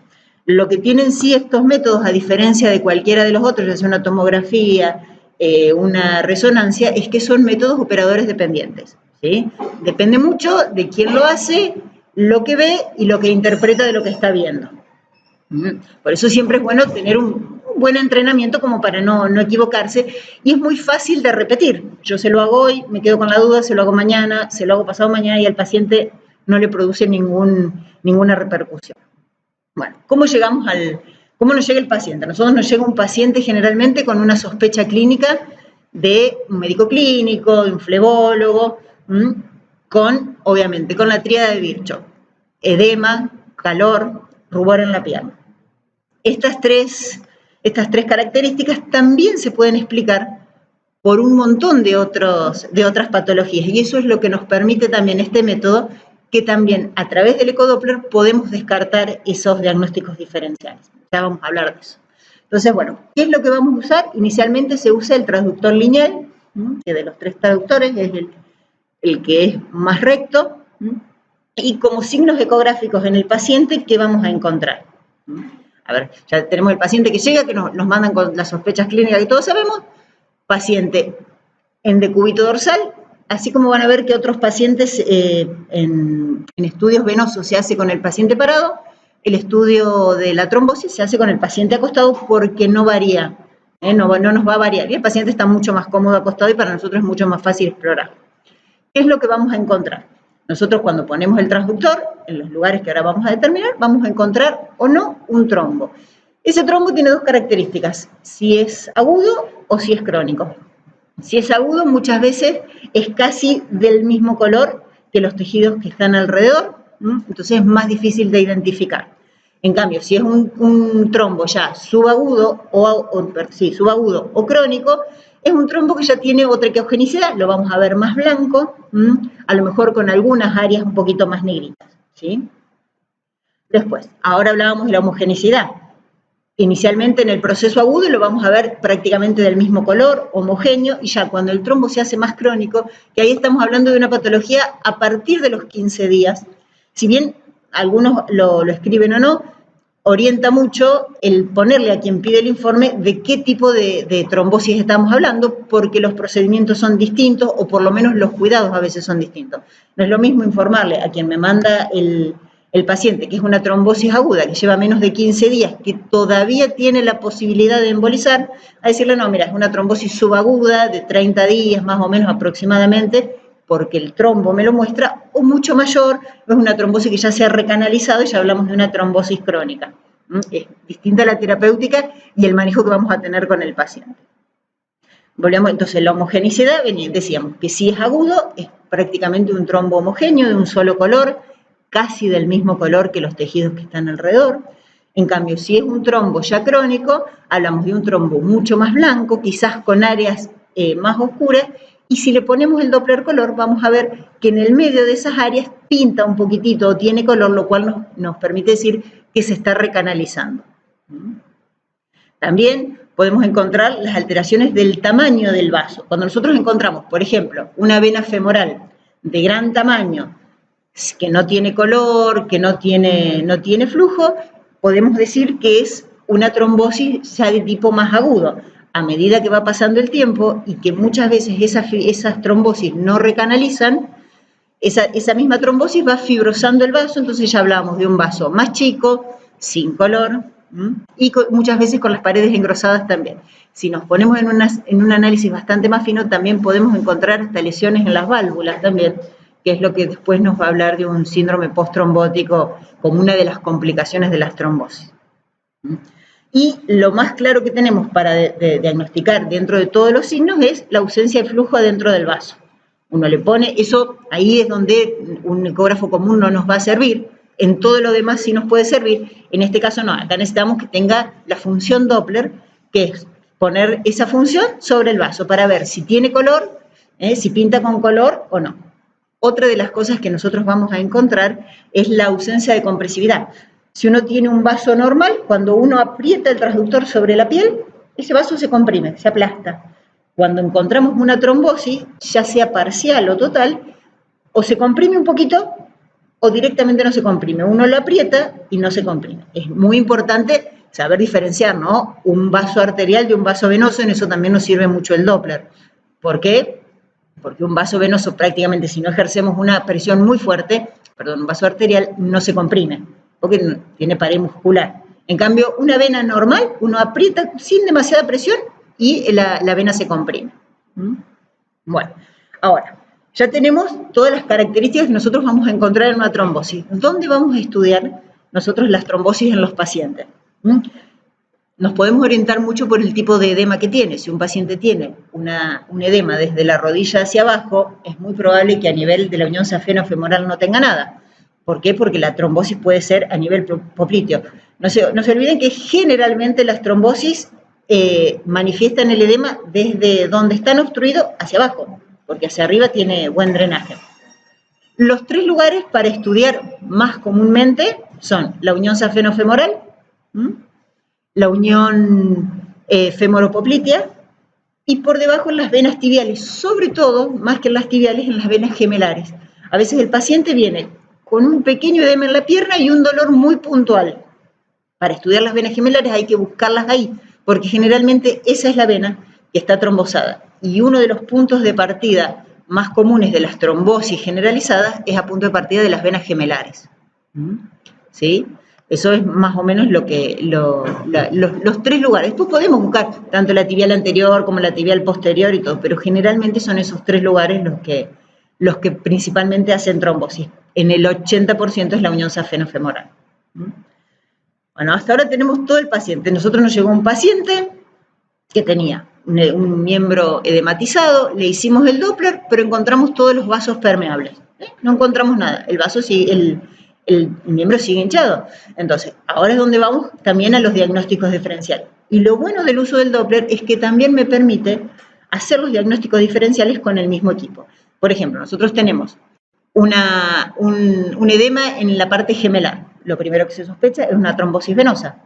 No, los vasos están bien. ¿Qué es lo que podemos buscar ahí? Un desgarro muscular, que también hace la misma clínica, con mucho dolor, con mucho edema, pero en la imagen, lo primero que vamos a ver es que todos los vasos están permeables. Y si más o menos tenemos el ojo entrenado, vamos a ver la imagen del hematoma que se forma en las fibras que se rompen. Otras de las cosas que puede haber y que podemos diagnosticar con el ecodoppler como diagnóstico diferencial es un quiste de Baker. El quiste de Baker, para producir un edema de la pierna, tiene que ser muy grande porque es externo y tendría que estar comprimiendo a la vena poplitea. Tiene que ser muy grande y lo vamos a notar como una tumoración a nivel del hueco popliteo. Se diagnostica perfectamente con el ecodoppler, ni siquiera con Doppler, con el modo B. Tiene una forma particular, tiene una consistencia particular y una característica en el interior del quiste que nos permite determinar y decir que es un quiste y no que es una trombosis, cuando ya encontramos, como siempre, todos los vasos permeables. Y después, las causas más comunes de edema pueden ser o la celulitis infecciosa, que ahí vamos a encontrar el miembro aumentado de tamaño, ¿sí? No vamos a encontrar ningún vaso tapado, el miembro va a estar rojo, quizás le encontremos alguna lesión, o quizás no le encontremos ninguna, pero podemos descartar que es una trombosis y por descarte ya queda que es una celulitis infecciosa. Lo otro también, obviamente va a tener fiebre, va a tener blancos altos, va a tener toda una clínica, ¿no?, que va a apoyar el diagnóstico. Nosotros lo hacemos por descarte, no es una trombosis, no es un desgarro, no es un Baker, lo más probable, está rojo, lo más probable es que sea una celulitis. Lo otro que nos queda es un linfedema, y dentro del linfedema podemos hablar de uno primario, de uno secundario. Por ejemplo, uno primario en un paciente que toda la vida tuvo la pierna hinchada, la sigue teniendo hinchada, o hace su primera manifestación, a lo mejor en su adolescencia o en los primeros años de juventud. Y el otro, los linfedemas secundarios, que eso los vemos también muy comunes, cuando pacientes con cáncer o con alguna tumoración tienen los ganglios inguinales aumentados de tamaño y esos están comprimiendo desde arriba y nosotros encontramos los ganglios aumentados de tamaño, pero todos los vasos permeables. Y en la imagen del edema vamos a ver unos lagos linfáticos que son una formita de S que nos decolan todos los planos del tejido celular. Y como está ahí, el diagnóstico, para hacer así como un pequeño cierre, ahí tienes, no sé si se alcanzan a ver, ¿ven cómo se ven las imágenes? A ver, ahí lo ponemos. A ver, ¿dónde puede? A ver si no. No, ahí toqué. Me fui. A ver, permíteme. Pero tenés que tener una vista bárbara para encontrar la lupa. No, se sale. Ahí me ven a mí un montón de veces. Ya está, listo. Ya está, los descontracturé. Acá yo entiendo, chicos, es todo COVID. Lo mío no, lo mío es mucho más descontracturado. Mis pacientes andan bastante. También, ahora sí. ¿No ves que venían este COVID vino a jodernos a todos? Ahí, por ejemplo, si ven la imagen, ahí ven el trombo. Si bien esto podría ser un poquitito más subagudo, ahí ven las imágenes vasculares, el fondo negro, y esto que ven acá es el trombo. A ver, acá, de nuevo, miren, acá se ve bien. Ahí lo ven, ¿ven? La vena femoral, la arterias femorales, y ahí se ve perfecto el trombo. Por eso les digo, si aprendemos a hacer y buscar a dónde, es fácil identificarlo. No es, después, bueno, se ve la extensión, si es crónico o no. Cuando vos tenés que anticoagular, me pasaba a mí en la guardia cuando era joven, ¿sabes? Que no teníamos Doppler y que no hacíamos Doppler, venía con la pierna hinchada, decir, no, y no teníamos ecografista, y había que mandarlo, y esperar a los 2 o 3 días, ni siquiera había acá quien haga Doppler, y lo anticoagulabas, pero le ponías una dosis profiláctica porque no estaba seguro. De último eso lo podemos seguir haciendo, pero si tenés la posibilidad de ponerle el Doppler y ver eso, listo, lo anticoagulás, al otro día se le hace, sí, el Doppler bien, lo investigamos bien, pero ya sobre una base un poquito más segura, uno puede hacer un diagnóstico más certero, o por lo menos una terapéutica inicial. Después vamos viendo. Y bueno, y acá teníamos más o menos un pequeño esquema de cómo se trabaja. El dímero D nos ayuda un montón, pero no nos descarta la trombosis. El 100%, bueno, sí o sí, los pacientes que tienen sospecha de trombosis venosa, salvo que se le haya hecho un Doppler hace poco, sí o sí tienen que hacerse un Doppler para quedarnos tranquilos, que realmente, porque nunca es una clínica tan clara, salvo en algún paciente que los haga a repetición o que nosotros tengamos ya antecedentes del paciente que los hace siempre y todo, nunca es clara la clínica. Es un edema, es un poco de dolor. A veces el dolor es lo menos significativo, porque pueden doler las piernas por un montón de cosas. El edema quizás es un poco más significativo en este tipo de patología. Entonces tenemos el Doppler, ya ahí habla de una flebografía, prácticamente ya no se hace, hoy por hoy hay tomografías que muestran en tiempo real el sistema venoso. A ver, con el Doppler nos quedamos más que tranquilos. En casos muy raros, que no podamos hacer un buen diagnóstico, que sea un paciente muy difícil de abordar o que sean trombosis mucho más altas, estamos hablando de la parte inguinal hacia arriba, por ejemplo, de venas ilíacas o que no queda muy claro, en pacientes muy gordos es muy difícil, no es tan fácil llegar al diagnóstico. De la ingle hacia abajo es bastante fácil, pero para arriba a veces es más complicado. Bueno, hay otro tipo de estudios que se pueden hacer como tomografías y todo. Y bueno, como decía acá abajo, si es normal, seguimos el paciente, no descartamos el diagnóstico, y si es patológico, hacemos el tratamiento. Bien. Ahora pasamos. Fantástico. ¿Alguna duda? ¿Alguno se anima? Se hicieron todos los valientes, ahora nadie se anima a sacarse los pantalones. Bueno, no hay problema, no hay problema. Sí. Mira, una vez diagnosticado la trombosis, en un paciente que vos, obviamente, después que llegás a un rango terapéutico, lo das de alta, el Doppler siguiente se tendría que hacer a los 6 meses. ¿Sí? ¿Por qué? Porque ninguna trombosis resuelve antes. Si bien es un método que no es invasivo, también es engorroso para el paciente hacerlo ahí cada 2 o 3 meses, porque le genera también mucha expectativa al paciente. A veces es difícil decirle que va a tener que estar 6 meses con la anticoagulación, cuando en realidad, y él le pone muchísima expectativa. Tenemos una salvedad. Si, por ejemplo, uno tiene una trombosis gemelar, que son trombosis mucho más chicas, hoy por hoy con los anticoagulantes nuevos resuelven mucho más rápido. A mí me ha pasado a tener pacientes que a los 3 meses de una trombosis gemelar anduvieron bárbaro con rivaroxaban y cualquiera de esos anticoagulantes. Entonces yo a los 3 meses le repito el Doppler y no hay nada más. Y el paciente estaba contento sobre todo por la cuestión económica, porque le salía bastante caro el anticoagulante.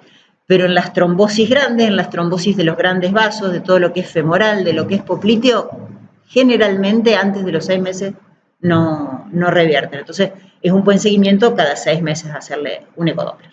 De nada. Los Mateo. A ver. No, paren, que acá vienen las críticas. Vienen las críticas, pero ¿saben qué? Los voy a leer al revés porque no veo. Está todo bien. Para, vamos a buscar la lupa acá. Ahí está, perfecto. Bueno, nombre, la Geo me quiere mucho. No sé si se dan cuenta, ¿sí? Bien, yo estoy acomodada, sí, vos viste cómo es. Bueno, la presentación, bien. El conocimiento de los hallazgos ecográficos de TBP, así como las entidades que simulan clínicamente una TBP, es fundamental para realizar un diagnóstico adecuado. Interrogatorio. ¿Qué especificidad, que ya lo habíamos hablado, y sensibilidad diagnóstica posee el método en el Domingo Funes para confirmar o descartar? En realidad nosotros acá tenemos equipos muy buenos, inclusive el portátil que tenemos es muy bueno, como para que las estadísticas se manejen dentro de lo que son estadísticas mundiales. No podemos decir nada, los 2 equipos nuevos son muy buenos. Las ventajas, como habíamos hablado, es esta facilidad de repetirlo, de que sea una cosa práctica, de que no sea agresivo para el paciente, que no produzca lesión en ningún otro órgano por repetirlo 10 veces si queremos. Esas son las ventajas que tiene. Desventajas, la única desventaja que uno puede hallar es lo que decíamos, que es operador dependiente.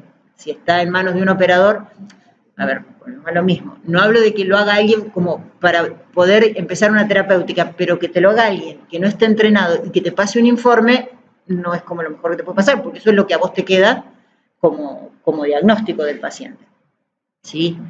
Y, bueno, lo del dímero D, sí sería como ideal que a todos los pacientes le hagamos un dímero D, pero volvemos a lo mismo, no es tan específico ni tan sensible para trombosis venosa como lo es el ecodoppler. Un dímero D no descarta que haya una trombosis, quizás un dímero D positivo nos acerca más a un diagnóstico. Pero si yo tengo el dímero D positivo, no por eso digo, no, poner anticoagulante porque hay una trombosis en miembros inferiores. Quizás la trombosis sea de otro lugar, quizás sea una embolización en algún otro lado, eso sí.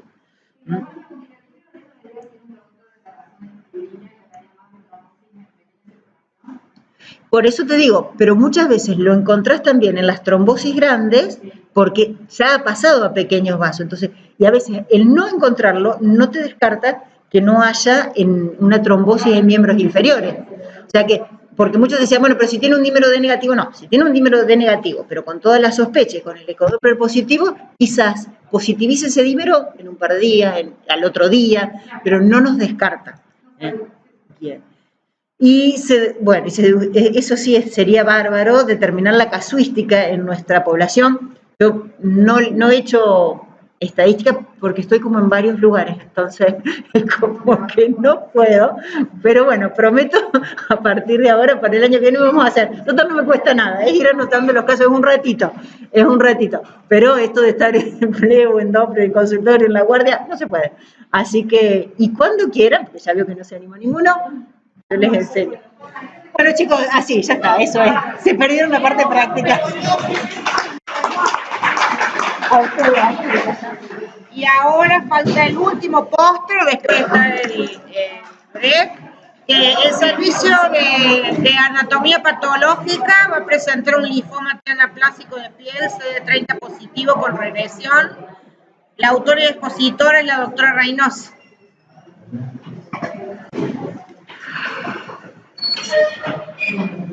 La lupita.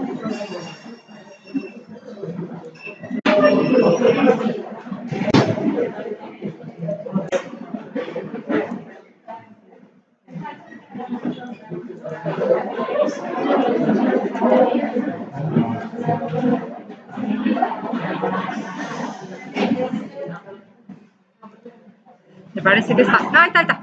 les parece, se toca. No sé si se alcanza a ver. Buenos días, buenas tardes, buenas noches. Bueno, el caso que me toca presentar es un caso que tenía en el archivo de anatomía patológica, que es un linfoma T anaplásico de piel, CD30 positivo con regresión. Bueno, en este caso, un poquito como a modo de introducción, comentarles que el linfoma T anaplásico CD30 positivo forma parte de un grupo de trastornos linfoproliferativos que están clasificados dentro de los síndromes linfoproliferativos CD30 positivos.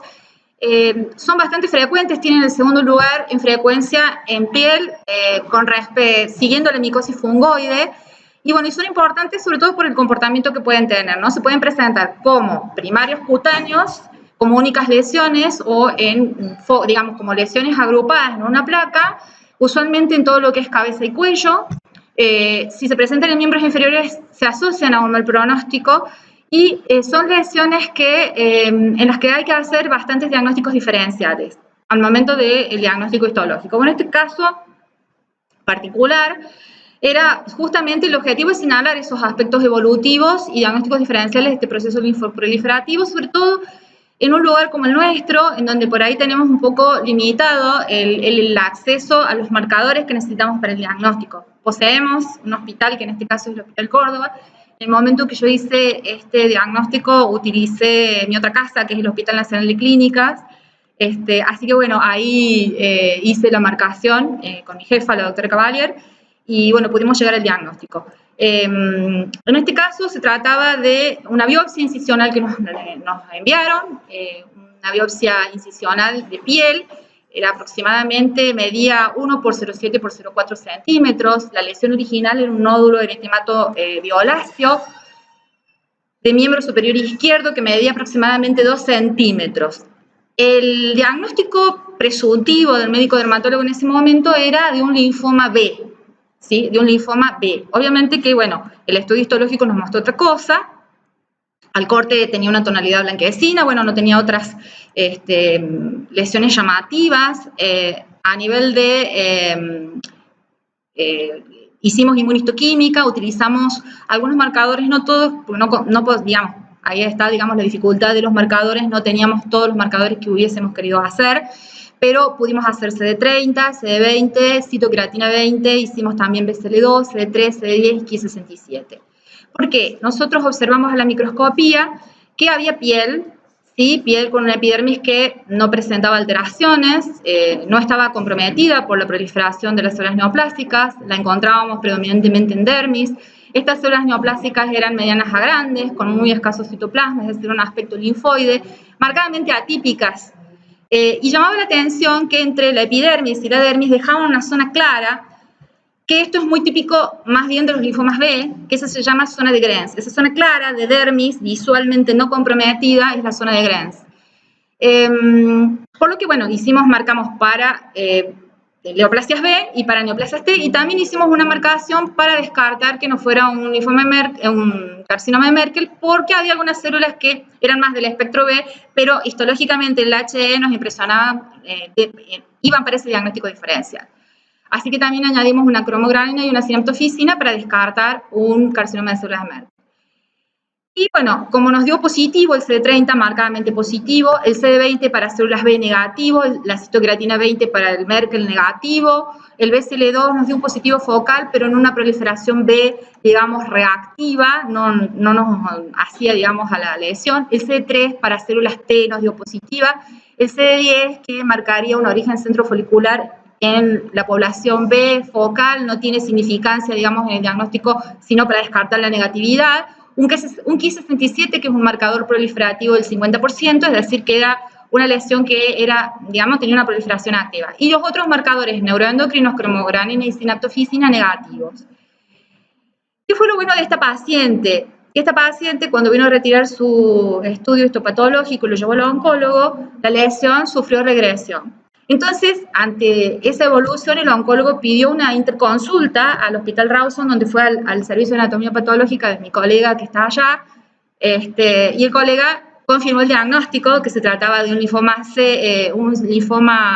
T, CD30 positivo, y que estas lesiones tienen una antecedentes de regresión en un 25-44% de los casos. Es decir, tienen buen pronóstico cuando están limitados a la piel y sobre todo en lo que es en la parte superior del cuerpo.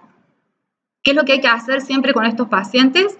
Es hacer un TAC abdominopelviana con contraste para descartar el compromiso a nivel de otros órganos y el compromiso ganglionar. Si se encuentra limitado a piel, generalmente tienen buen pronóstico. En algunos casos, si hay compromiso, digamos, general, el tratamiento lo hacen con radioterapia, no se usa la quimio porque si se hace quimio al revés, digamos, se transforma en una enfermedad de mal pronóstico. Y si hay compromiso sistémico, a pesar del tratamiento con buena evolución, puede volver a aparecer el linfoma. Por lo tanto, digamos, este paciente se encuentra dentro de los pronósticos positivos de estos diagnósticos CD30. Así que, bueno, eso sería nuestro caso. Un poco lo que acá es el trabajo del Comité de Capacitación y Docencia. Bueno, muchas gracias por la evaluación presentada. Y las preguntas eran dónde se ubicaba la lesión. Estaba descrita que era miembro superior izquierdo, brazo, que era una lesión de 2 centímetros, ¿sí? Y los otros procesos con los que hay que hacer el diagnóstico diferencial, principalmente las neoplasias de células B, que ya no se llaman más linfomas no Hodgkin, se les llama así linfomas de células B, de células grandes sobre todo. Otra cosa que hay que hacer en estos linfomas es hacer un marcador que se llama ALK, ¿sí? Si da positivo, que es muy raro, se asocia mal pronóstico, no suelen dar positivo porque más se asocian a las neoplasias de células grandes B que las T. Pero bueno, todo esto que les estoy mencionando es muy importante y estamos, digamos, también quedados en el tiempo porque hoy hacemos y estamos esforzándonos, sobre todo en este hospital provincial, de hacer la inmunistoquímica mínima necesaria para el diagnóstico y el tratamiento del paciente. Pero hoy en día se hacen ya evaluaciones de biología molecular y eso se está haciendo mucho en Buenos Aires, ¿sí? Entonces, ¿qué es lo importante para esto? La biología molecular hace lo que se llama tratamientos target.